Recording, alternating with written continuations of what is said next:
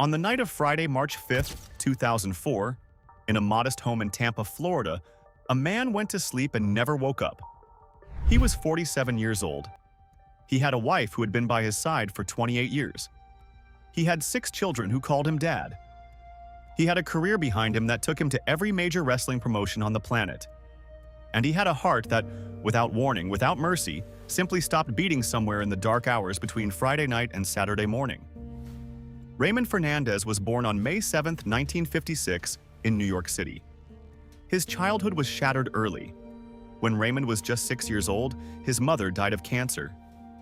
It is the kind of loss that reshapes a life entirely.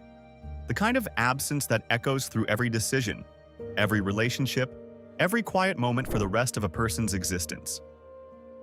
After his mother's death, Raymond's father packed up the family and relocated to Tampa, Florida. Tampa would become the only real home Raymond ever knew. It was where he grew up. It was where he raised his own family. And it was where, on a Friday night in March of 2004, his life came to its end. In Tampa, the young Raymond Fernandez discovered 2 things that would define his adult life. The first was the gym. Fernandez had a body that responded to weight training the way dry kindling responds to a match. He packed on muscle with almost unnatural ease, developing a physique so impressive that he would eventually be featured in multiple bodybuilding and muscle magazines. He looked like something sculpted from granite. Broad shoulders, massive arms, a chest that looked like it belonged on a Greek statue. When people saw Raymond Fernandez for the first time, the reaction was always the same. They stopped and stared. The man was physically extraordinary. The second thing he discovered was professional wrestling.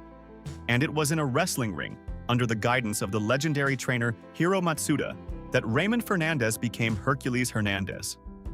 Think about that name for a second. Hercules, the son of Zeus, the strongest figure in all of Greek mythology, a demigod who performed 12 impossible labors. That was the name they gave this kid from Tampa, with the incredible physique and the quiet intensity. And for a while, it seemed like the name might be prophetic, like Raymond Fernandez might actually achieve something mythological in the world of professional wrestling. But here is something people forget about the original Hercules, the mythological one. His story was not a story of triumph alone.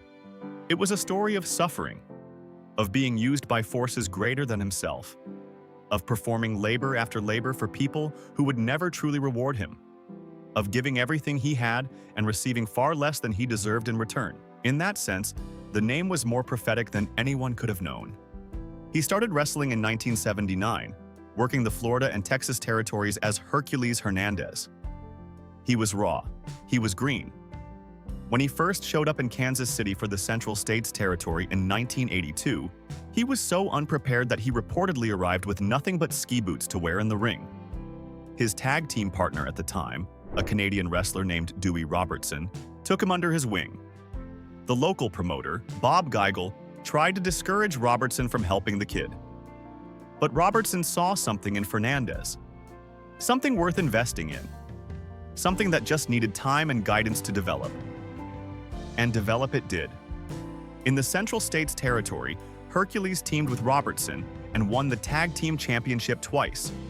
He held the television title for over 6 months.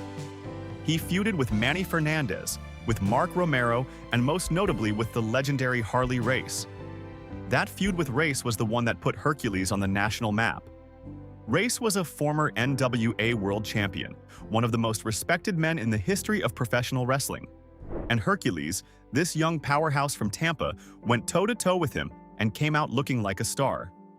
The feud involved steel cages, brass knuckles, and a storyline with manager Sir Oliver Humperdinck that had fans across the territory completely invested. From there, the trajectory seemed clear. Hercules moved through the territories the way rising stars were supposed to. Jim Crockett Promotions. Mid-South Wrestling. He wore masks. He unmasked. He joined stables. He left stables. He tagged with Jody Hamilton as one of the masked assassins. He became Mr. Wrestling III under the tutelage of Mr. Wrestling II in Bill Watts' Mid-South promotion. He feuded with Hacksaw Jim Duggan. He joined Skandor Akbar's Devastation Incorporated alongside a young The Million Dollar Man, battling the Junkyard Dog and Terry Taylor. Every step was building toward something, and in 1985, that something arrived. The World Wrestling Federation came calling. Vince McMahon's national expansion was in full swing. Hulkamania was running wild. The WWE was scooping up the biggest and most impressive physical specimens it could find. And Hercules Hernandez, with that mythological name and that mythological body, was exactly what they were looking for. He debuted in the WWE, managed by classy Freddie Blassie. When Blassie retired, Hercules' contract was sold to the debuting Slick, who in turn sold it to Bobby the Brain Heenan. And it was as a member of the Heenan family that Hercules found his most prominent role in the WWE. He was the enforcer, the muscle, the chain-swinging monster who backed up Heenan's words with raw, physical intimidation. That steel chain became his signature.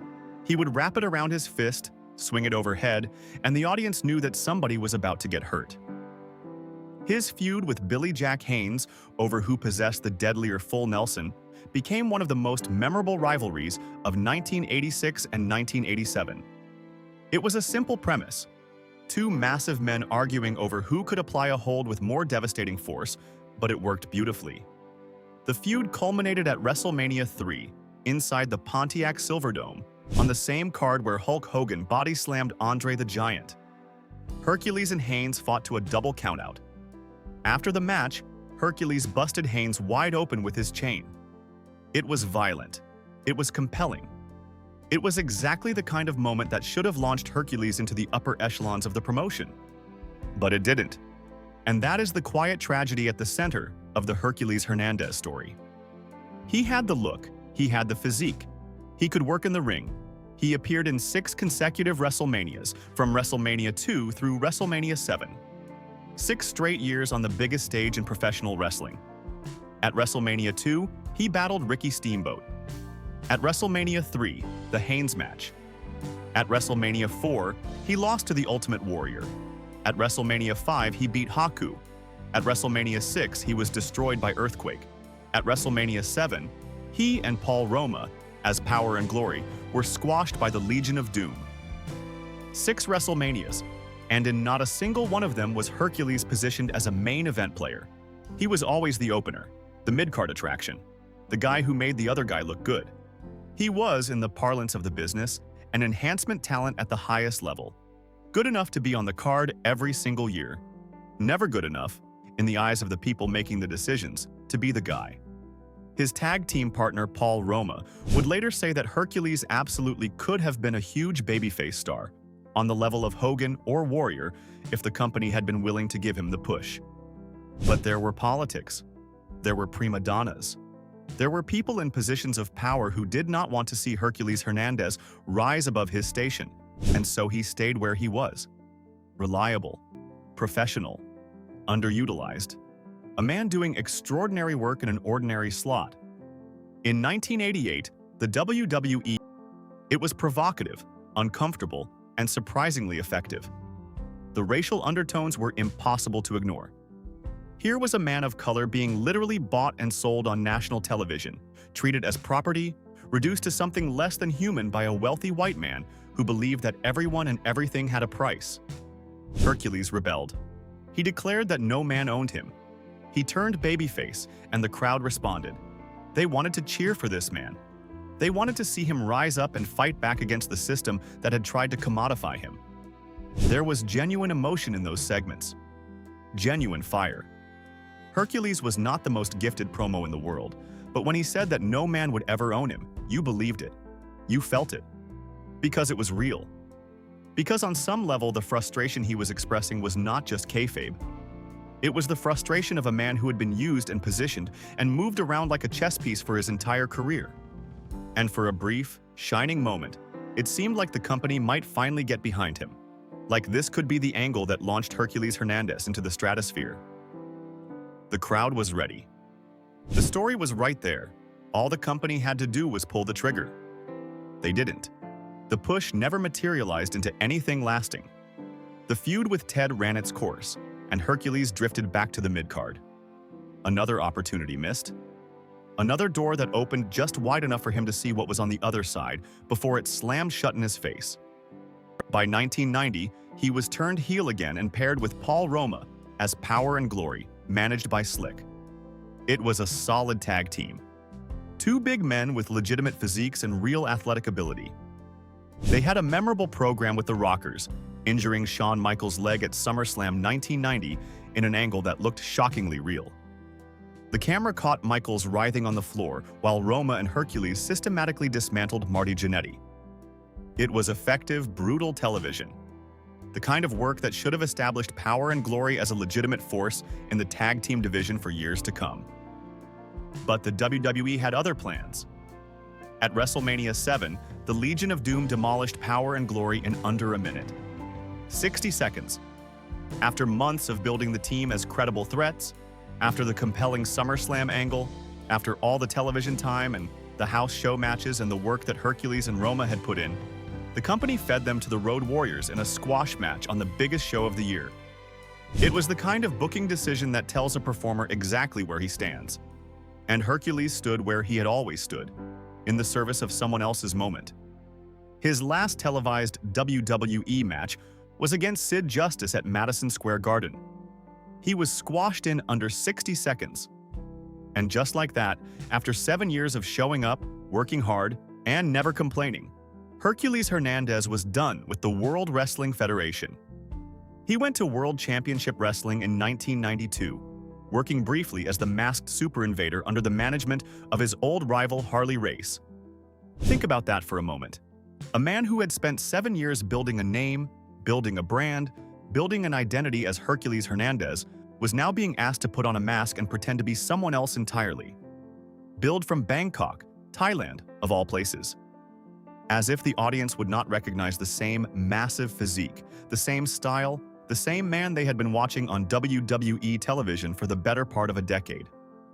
It was humiliating in the way that only professional wrestling can be humiliating. The kind of demotion that is dressed up as an opportunity. The kind of reinvention that is really just erasure. Hercules accepted it because that was who he was. He showed up, he did the work, he did not complain. But the WCW run lasted only about a year, and when it was over, there was no fanfare, no send-off. Just a quiet departure from a promotion that had never really wanted him in the first place. But then something genuinely impressive happened. In March 1993, Hercules resurfaced in New Japan Pro Wrestling, the most prestigious promotion in Japan. He teamed with fellow powerhouse Scott Norton to form the Jurassic Powers. And in Japan, where in-ring ability and physical presence were valued above all else, Hercules finally got the recognition he deserved. The Jurassic Powers won the IWGP Tag Team Championship, beating the Hellraisers, Hawk Warrior, and Power Warrior. They defended the titles against top-tier teams, the Japanese Jolly Jacks, Masa Saito and Manabu Nakanishi, the Barbarian and Haku. They had a series of matches with the Steiner brothers that proved Hercules could hang with anyone in the world when given the chance. They made it to the finals of the Supergrade Tag League, losing only to Keiji Muto and Hiroshi Hase, two of the greatest wrestlers Japan has ever produced. For the first and only time in his career, Hercules Hernandez was a champion in a major promotion. He was 37 years old, and he was 6,000 miles from the country that had never quite known what to do with him. After the Japan run ended, Hercules drifted through the independent circuit. He and Paul Roma reunited briefly in 1995 to win the IAW Tag Team Championship. There were scattered appearances here and there, a show for Gladiator Championship Wrestling in Queens, New York, in 2001. But for all practical purposes, Hercules Hernandez retired from professional wrestling in 1999 at the age of 43. And here is where the story takes a turn that nobody expected, because the retirement of Hercules Hernandez was not the sad, spiraling decline that so many wrestling retirements become. There were no drug arrests, no domestic incidents, no bitter interviews where he trashed the business that had used him up and spit him out. There was none of that. Instead, Raymond Fernandez went home to Tampa. He went home to his wife, the woman he had married all the way back in 1976, before any of it started. Before the WWE, before WrestleMania, before the chain and the full Nelson and the 6 consecutive appearances on the grandest stage of them all. He went home to his children, 6 of them, and he became the most present, most devoted father he could possibly be. Think about what that required. For 20 years, this man had been on the road. Night after night, town after town, living out of a suitcase, sleeping in cars and cheap motels, eating gas station food at 3 in the morning between shows. The wrestling schedule of the 1980s and early 1990s was inhuman. 300 dates a year was not unusual. Some weeks it was a different city every single night. And through all of that, Raymond Fernandez had somehow kept his marriage together, had somehow remained connected to his children, had somehow held on to the things that mattered most to him, even as the business tried to take everything else. When he came home for good, he did not struggle with the transition the way so many wrestlers do. He did not miss the roar of the crowd so desperately that he tried to fill the void with substances or reckless behavior. He did not chase the high of performing by getting into trouble. He simply became a full-time father and husband, a full-time human being. And then he did something remarkable. He started spending his time visiting schools. Not to promote a wrestling show, not to sell merchandise, not to feed his ego. He went to schools to talk to children about getting good grades, about staying away from drugs, about making something of themselves. The man who had spent 20 years slamming bodies into canvas and swinging chains at people's heads was now standing in front of classrooms full of kids, telling them that education mattered more than anything else. He also visited children with terminal illnesses. He would show up at hospitals, this massive, gentle man with the incredible physique, and he would sit with kids who were dying. He would talk to them. He would make them laugh. He would make them feel for a few minutes like they were special, like somebody cared, like the world hadn't forgotten about them. This was the real Hercules. Not the chain-swinging heel, not the muscle-bound enforcer. The real man was a father, a husband, a community volunteer who had somehow managed to walk away from professional wrestling with his body mostly intact, his family fully intact, and his soul completely intact. In a business that destroys people, Raymond Fernandez came through the other side whole, which is what made what happened next so shocking. Let us now reconstruct, as best we can, those final 48 hours. Wednesday, March 3rd, and Thursday, March 4th, 2004. Raymond Fernandez was living his quiet life in Tampa. The details of these days are lost to history because there was nothing remarkable about them. That was the point. That was the life he had chosen. Ordinary days filled with family, with routine, with the small pleasures of a man who had traveled the world and decided that the best place on earth was his own home. We do not know if he felt unwell during these days. We do not know if he experienced chest pains, shortness of breath, unusual fatigue, or any of the warning signs that heart disease sometimes sends before it strikes. His wife never shared those details with the press, and the family has maintained their privacy with a consistency that borders on the absolute.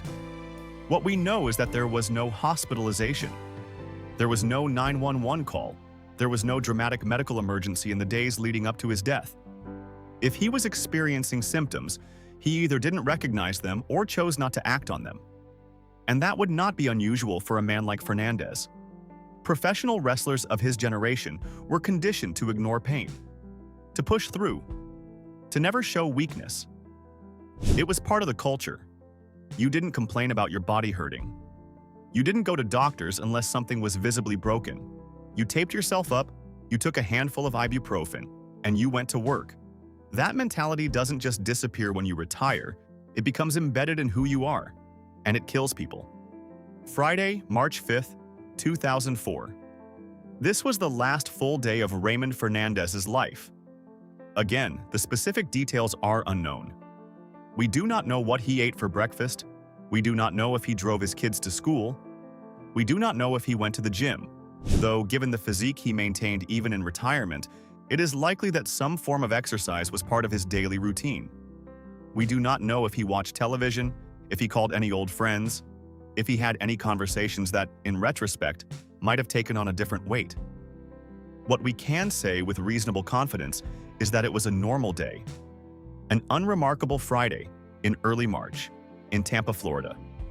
The kind of day that a man lives through 1,000 times without ever thinking about it. The kind of day that only becomes significant when it turns out to be the last one. We know that at some point on Friday evening, Raymond Fernandez went to bed. His wife was there.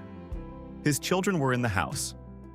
The man who had once stood in the Pontiac Silverdome in front of 93,000 screaming fans, who had traveled to Tokyo and wrestled in front of 50,000 people at the Tokyo Dome, who had shaken hands with every major figure in professional wrestling for 2 straight decades, went to sleep in his own bed, in his own house, in the city where he had grown up. And somewhere in the darkness of that Friday night, his heart stopped. Heart disease. That was the official cause, according to his wife. Presumably a sudden heart attack, the kind that comes without fanfare, without warning, without giving you a chance to say goodbye or tell the people around you how much they mean to you. One moment you are sleeping, dreaming, breathing. The next moment you simply aren't. For a professional wrestler of Hercules' era, heart disease was not uncommon.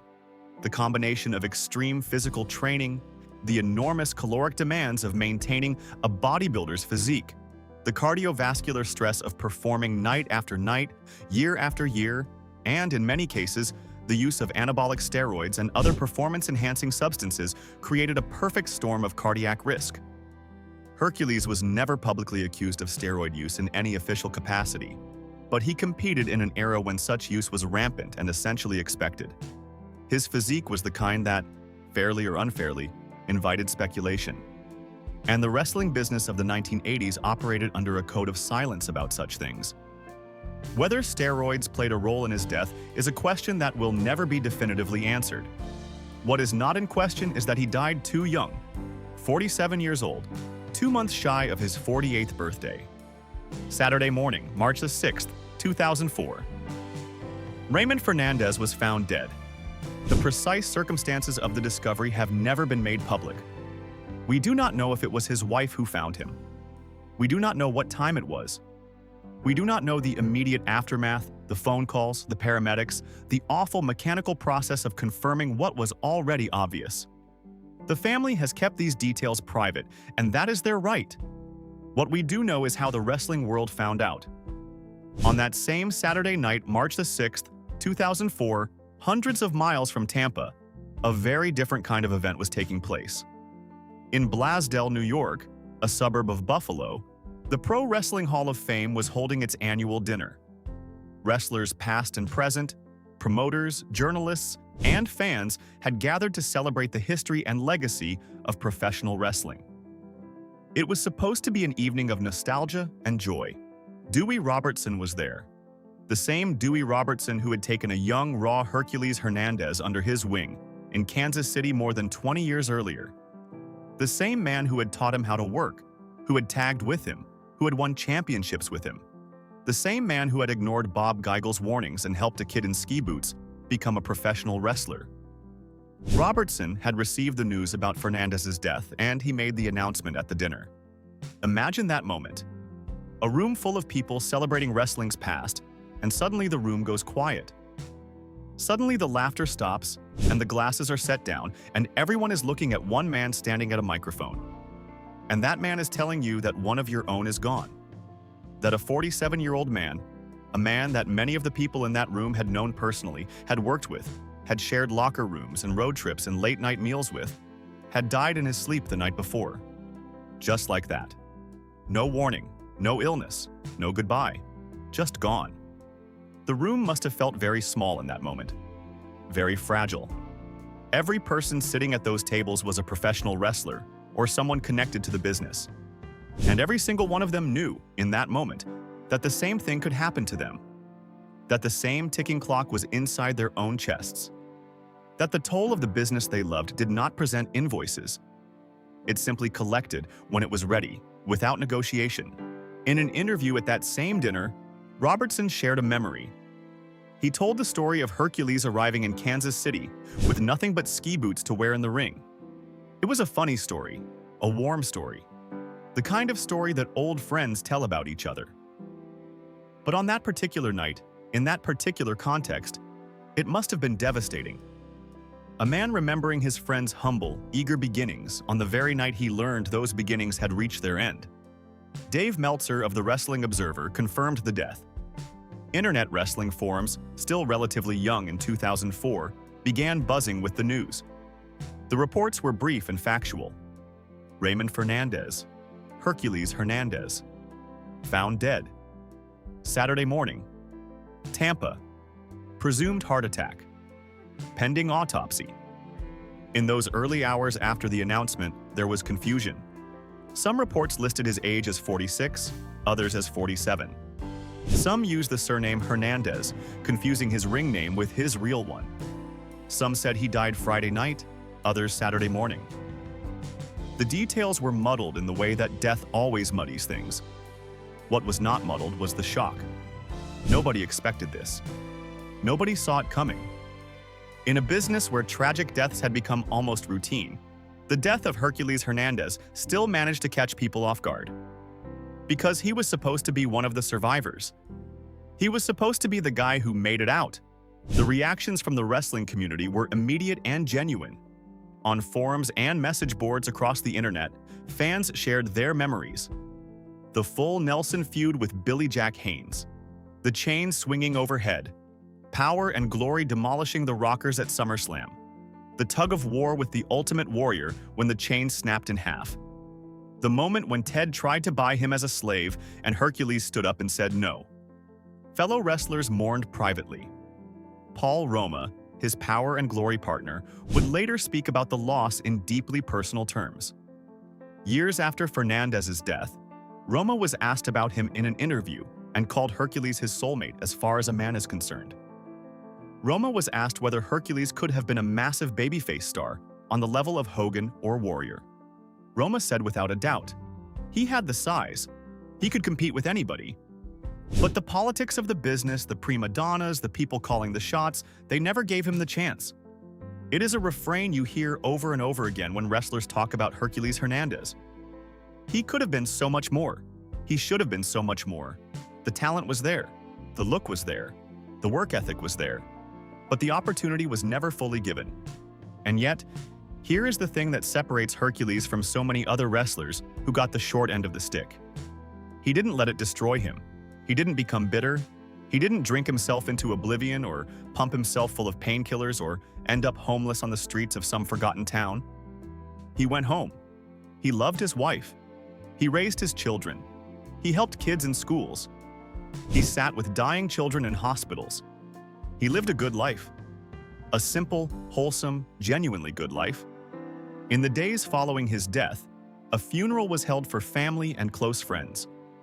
The details were kept private, consistent with how the Fernandez family had handled everything. Raymond Fernandez was buried with military honors at the Florida National Cemetery in Bushnell, Florida, about an hour north of Tampa. Military honors. That detail often surprises people who only knew him as a wrestling character. But Raymond Fernandez was more than a character. He was a man who had apparently served his country at some point before or during his wrestling career, and his country honored him in return. His grave sits in the Florida National Cemetery among thousands of others. Veterans, service members, ordinary Americans who gave something of themselves to their nation. And among them lies a man who also happened to be one of the most physically impressive professional wrestlers of his generation. A man who swung a chain in the Pontiac Silverdome. A man who won tag team gold in Tokyo. A man who visited dying children in Tampa hospitals because he wanted to make them smile.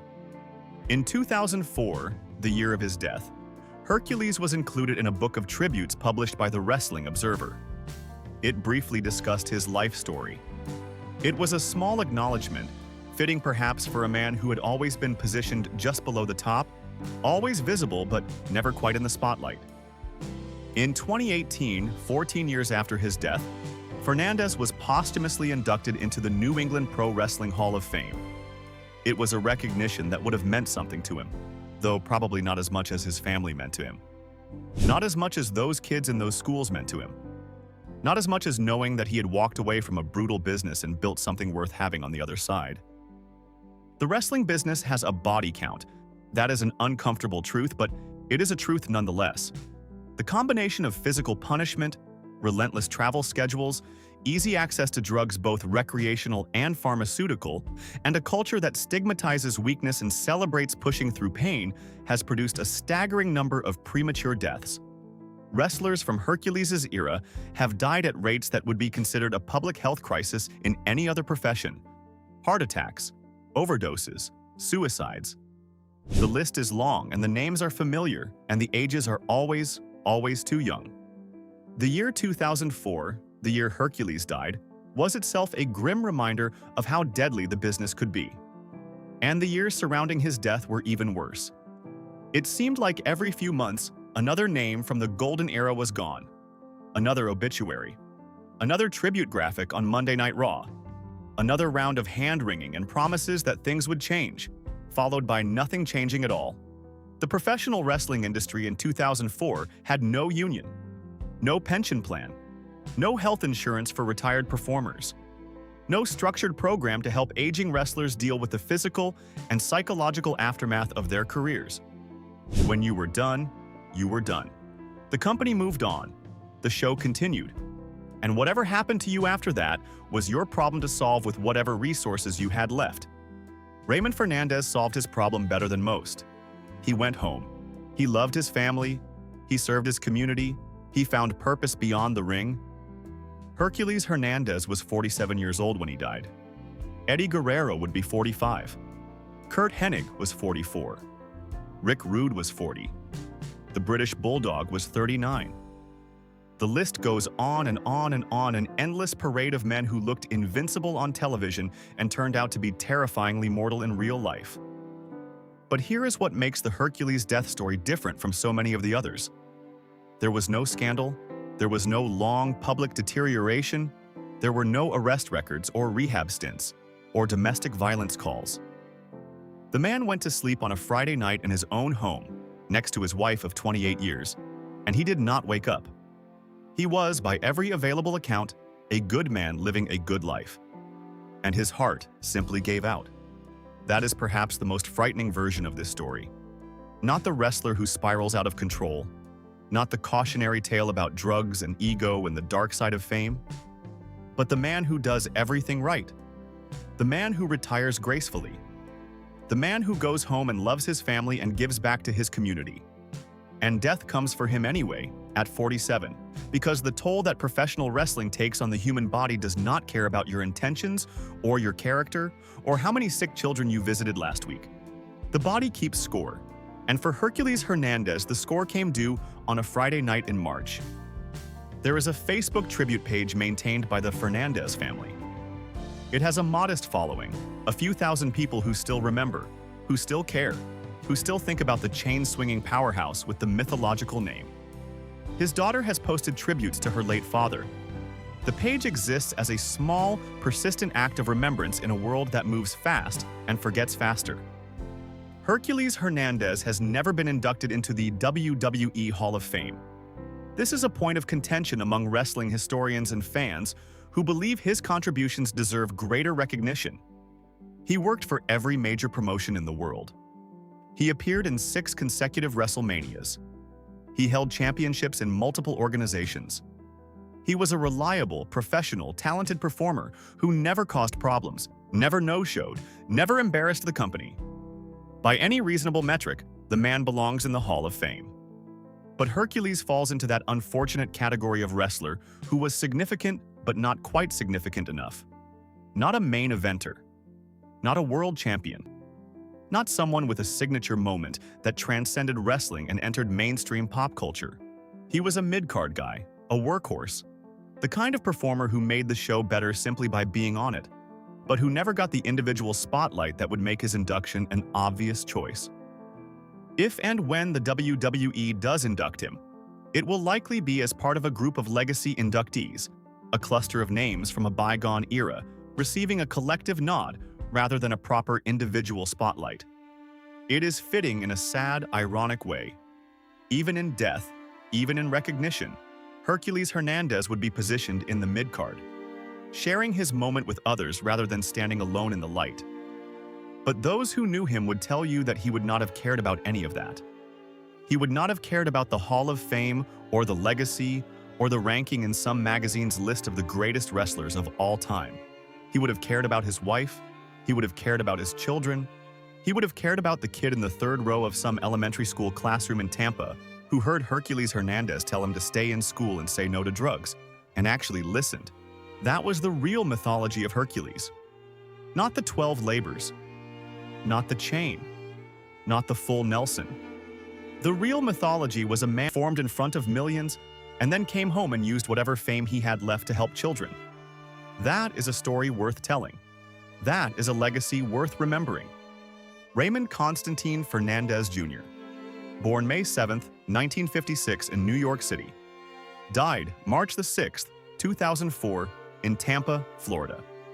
Professional wrestler, bodybuilder, husband, father of 6, school volunteer, hospital visitor, a man who never won a world championship but who won at the thing that actually mattered. And on a Friday night in March, in a quiet house in Tampa, surrounded by the family he had built and the life he had chosen, the strongest man in the room finally met something he could not overpower. His heart stopped. And the world lost a man it never fully appreciated. They don't make them like Hercules Hernandez anymore. They never really did. He was one of a kind, a mythological name attached to a deeply human story, a man who ever gave to him. Rest in power, Hercules. The gods of Olympus would have been proud to call you one of their own. The final image of this story is not a wrestling ring. It is not the Pontiac Silverdome or the Tokyo Dome or any arena anywhere in the world. The final image is a house in Tampa, Florida, on a Friday night in March. The lights are off. The children are sleeping. A woman lies next to her husband of 28 years. And somewhere in the quiet, in the darkness, between one heartbeat and the next, the strongest man she has ever known slips away. Not with a roar, not with a crash, not with the crowd chanting his name, but silently, peacefully, the way you leave a room when you do not want to wake anyone. He was Hercules Hernandez. He was Raymond Fernandez. He was a son who lost his mother at 6, a student of Hiro Matsuda, a tag team partner, a chain swinger, a full Nelson specialist, a 6-time WrestleMania performer, an IWGP Tag Team Champion, a school volunteer, a hospital visitor, a husband, a father of 6, a good man. And he deserved better than 47 years. But then again, the wrestling business has never been in the business of giving people what they deserve. Like and subscribe for more hard-hitting wrestling documentaries. Until next time.